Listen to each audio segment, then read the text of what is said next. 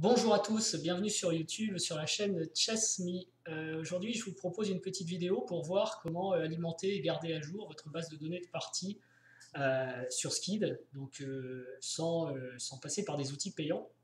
Donc imaginons que vous ayez une grosse base de données sur laquelle vous collectez régulièrement des parties ou sur laquelle vous souhaitez collecter des parties d'actualité. Vous pouvez l'ouvrir dans Skid.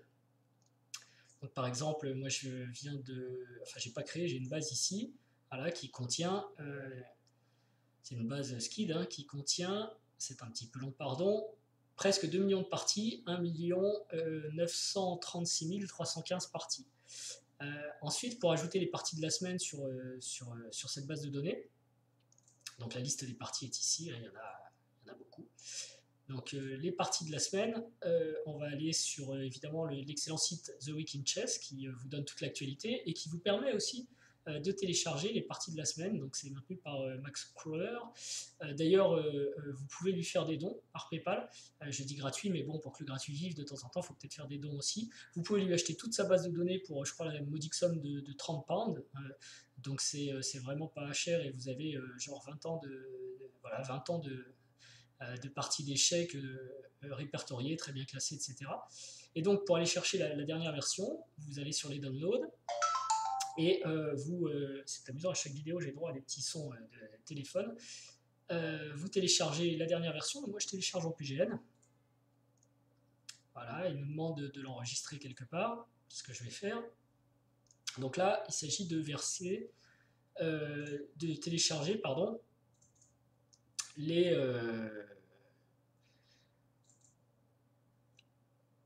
parties de la semaine. Donc voilà, le téléchargement est très rapide. Et ensuite, je peux retourner dans Skid. Ah non, pardon. Le fichier arrive sous forme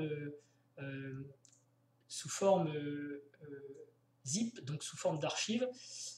Donc du coup, il faut que j'aille aussi dans le répertoire où je l'ai téléchargé pour le décompresser. Bon, ça c'est assez simple, extraire ici, et un fichier est créé, tweak.pgn, avec la base de données. Ce fichier, je peux même pas l'ouvrir, je vais simplement dans les outils de Tweak, et je dis importer, puisque je suis sur ma base de données, ma grande base de données, outil, importer un fichier PGN, le PGN file, voilà, importer un fichier PGN.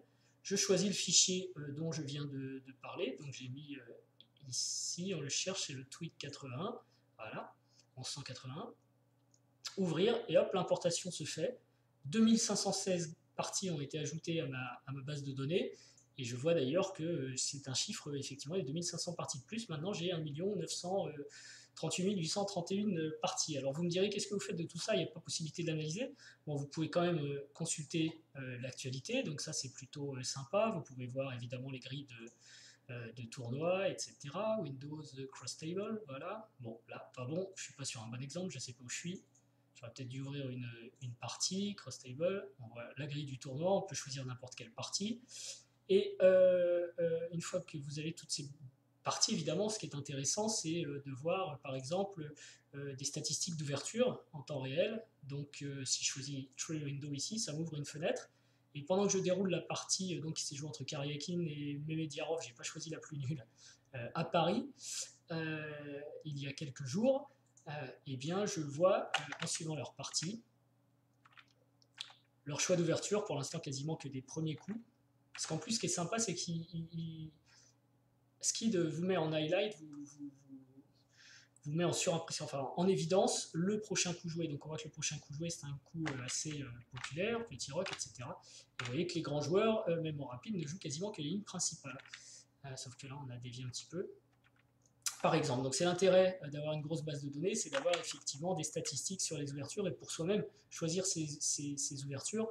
On peut par exemple se dire ici, j'ai envie de jouer full 6 et je vais regarder quelles sont les parties, quelles sont les parties historiques qui ont eu lieu sur cette position. À noter qu'on peut voir d'ailleurs la liste des parties qui ont eu lieu dans les positions données. Bref, mais ça ce sont les fonctionnalités de Skid. Moi ce que je voulais vous montrer surtout c'était comment ajouter des parties dans sa base de données. Je crois que c'est fait, je vais réussir à avoir fait une vidéo de moins de 5 minutes. Donc vous pouvez me féliciter, il faut que j'arrête tout de suite parce que 4,55. En tout cas je vous remercie, je vous dis à très bientôt et bon entraînement, bon entraînement.